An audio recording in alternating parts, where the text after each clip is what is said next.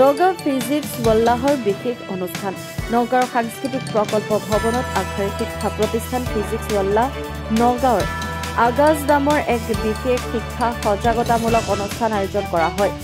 উক্ত অনুষ্ঠানত ফিজিক্স বল্লাহ দিল্লী শাখাৰ কেইবাজনো অভিজ্ঞ প্ৰশিক্ষক উপস্থিত থাকে। প্ৰশিক্ষকসকলে সভাত উপস্থিত থাকি ছাত্ৰ-ছাত্ৰীসকলৰ লগত মত বিনিময় কৰাৰ লগতে পাঠ গ্ৰহণৰ ক্ষেত্ৰত উদ্ভৱ হোৱা বিভিন্ন সমস্যাৰ ওপৰত আলোচনা কৰে। আগাজ অনুষ্ঠানত অসম চৰকাৰৰ স্বাস্থ্য বিভাগৰ বিষয়া মানস দাস, ফিজিক্স ৱাল্লাৰ সঞ্চালক ইমৰান হুছেইনৰ লগতে নগাঁৱৰ ছাত্ৰ-ছাত্ৰী, প্ৰশিক্ষক আৰু অভিভাৱকসকল উপস্থিত থাকে। নগাঁৱৰ পৰা ৱাহিদুজ্জামানৰ ৰিপৰ্ট, নিউজ আপডেট। ফিজিক্স ৱাল্লাৰ নামটো বহুত জনপ্ৰিয়, সকলোৱে গম পায় যে ফিজিক্স ৱাল্লাৰটো অলেপ পাণ্ডে ছাৰে প্ৰতিষ্ঠা কৰিছিল। আমাৰ নগাঁৱত এটা চেণ্টাৰ আছে ফিজিক্স ৱাল্লাৰ পাঠশালা, য'ত আমি হাইব্ৰিড মোডত ক্লাছবিলাক মানে ইয়াত হেৰি কৰোঁ, মানে আৰু আমি মানে অফলাইনত ক্লাছবিলাক কৰোঁ, এজ এ চামাৰী ক্লাছ কৰোঁ, ডাউট ছল্ভ কৰোঁ।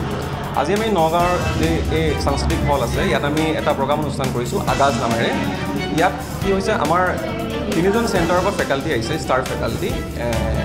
দুগৰাকী হৈ গ'ল এই জুলজিৰ আৰু এগৰাকী মানে এজন ছাৰ বটেনী।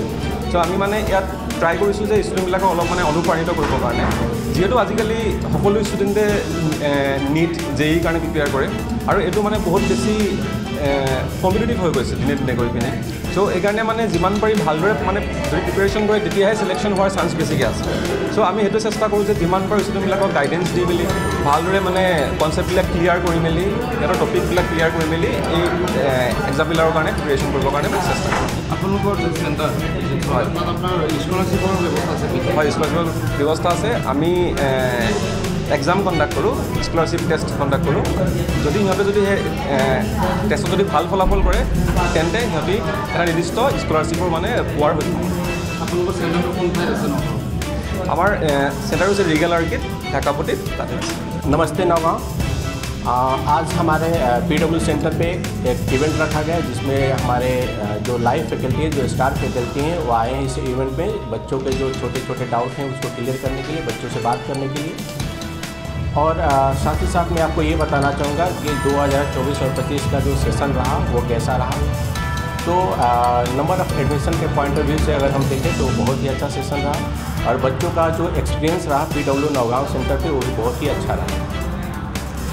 और हम लोग उम्मीद कर रहे हैं कि इस बार बहुत सारे बच्चों का सिलेक्शन होने वाला है नीट और JEE मेंस और एडवांस में।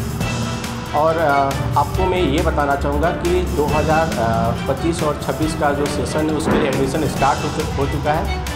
और आप सभी से रिक्वेस्ट है कि आप एक बार हमारे सेंटर पर विजिट करें।